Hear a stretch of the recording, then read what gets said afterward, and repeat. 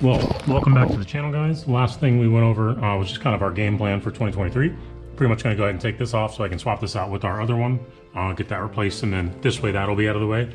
Still waiting on my radiator. Hopefully that'll be done this week, but that's what I'm up in the air about overall.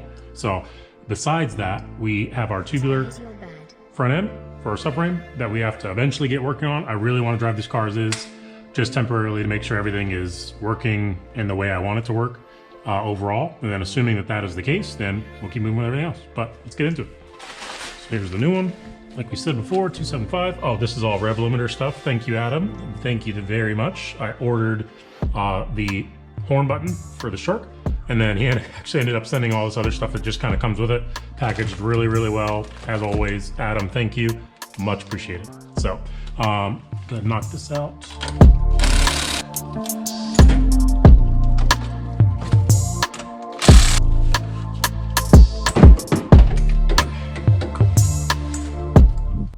And now we have it on there, so we're looking good. I don't really like how this is over here. We still need to get the radiator in and everything, so we'll see how much room and things like that we need to move, or what needs to be adjusted, but yeah, that's what we have it in there for now. And what I need to do is actually get, I prefer the flush method, so probably gonna get some new bolts, throw these off, take these out and throw the new ones on, and that way I can put on my new button. But I have the hardware and everything inside, or probably not inside, probably right here. Yeah, for the horn button itself. That is included with everything you need. You just need to obviously have a screwdriver or Allen keys, if there's your Allen already. But yeah, this should sit there inside. I actually don't have a working horn today. I just use, you know, rev it up, kind of keep pushing, but that way this will essentially sit with inside. Oh, please. Once I can move it with more than one hand. Essentially sit inside, and then we should be good to attach everything and then lock it up. So that's the thought process. We'll see if it's that straightforward. But you can't tell me this isn't the coolest thing, right? Like, super sick. So now I have another keychain too for my other keys for the speed. So that way I can at least put those on there. Thank you, Adam. Much appreciated. I have this little vinyl wrap I put on in the video, but yeah, the audio was on time lapse. So this is the vinyl wrap detailing. It's like fake carbon fiber. Just wanted something to kind of protect the edge a little bit. So it does that. But yeah, here's the video part of it.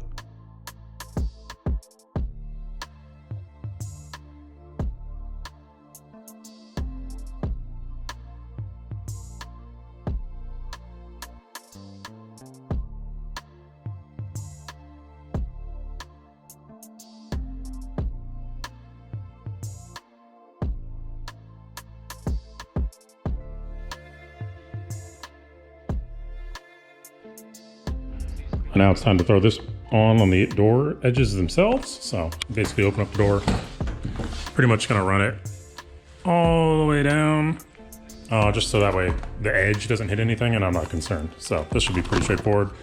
Pretty much clean the door edge, peel, apply, and be done with it, just like this. So keep it going.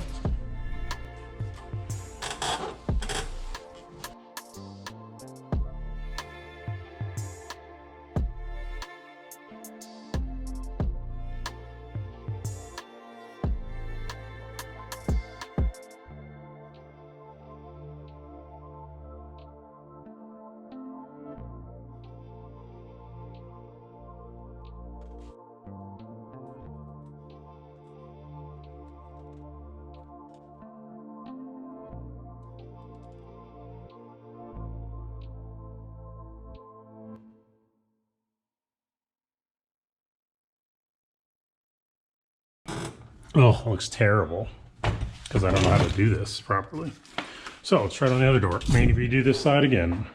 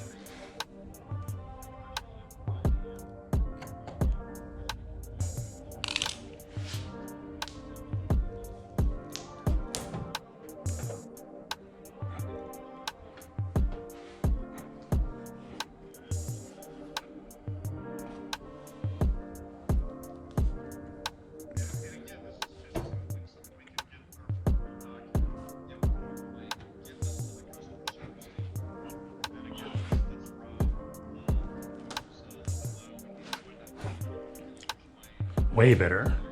Way better. This is good. This side went astronomically better than the other side did.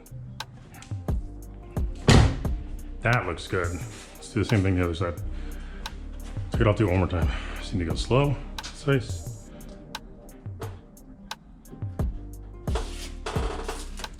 So personally, I think this side's way better than the other one, just because you can, it's pretty much fluid all the way through and through, but there's a little, very thin film that's on there. And I have it going all the way up to the top, so that way it should protect the door edge, at least from getting destroyed when I smack it against something.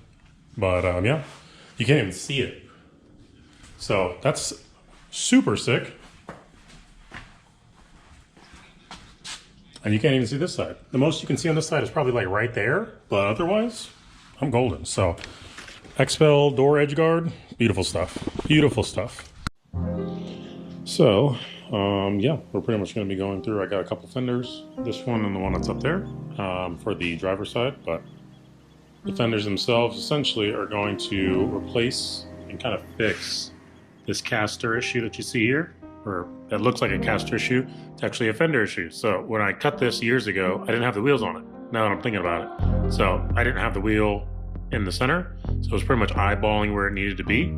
Problem, definitely have your wheels on when you cut your fenders. So new fenders, here we are. So now the only bad thing, the other fender's fine.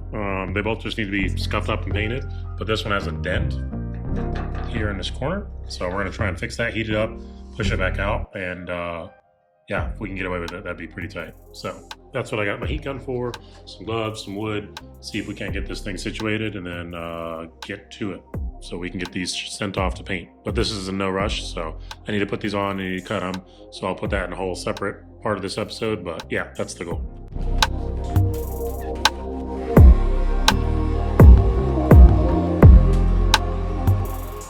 Yeah, I'm not worried too much about any of this. This is actually pretty straight. It's literally just this one bump. This can get back in the corner, not worried about that. If we can get this heated up and it actually goes back to the right form, my damn business. Paid 40 bucks for this fender, so not bad, not bad. But yeah, we'll have to wait and see if it was all worth it.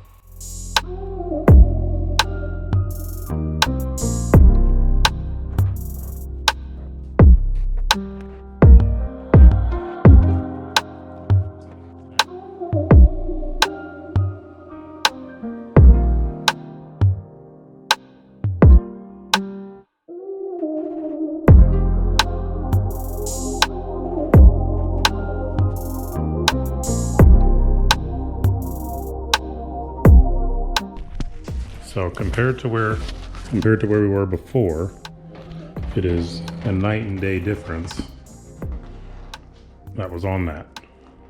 That's right. Hold this with my legs real quick. It is right here. So I can see it cracking a little bit, but again, it's gonna get repainted, so I'm not worried about that. But I don't see much of a dent anymore. The major dent is gone, which is great, but the small one is right here. If you can see some of that. It's hard to see probably because it's really hazy, but yeah, I'm gonna keep working at this for a little bit longer, see if I can get it a little bit smoother and then go from there. All right, so got it hot enough to at least get some of the old paint off, but you can still see that there's definitely a little bit of dents in there, small dents in there.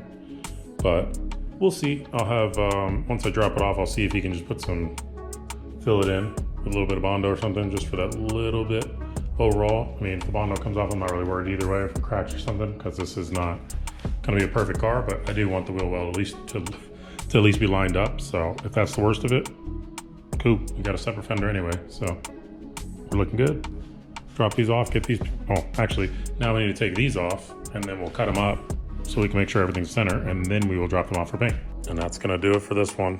Like, comment, subscribe. We'll be putting some of this stuff on next time. Hopefully we'll have the radiator back so we can get this thing on the ground and get driving.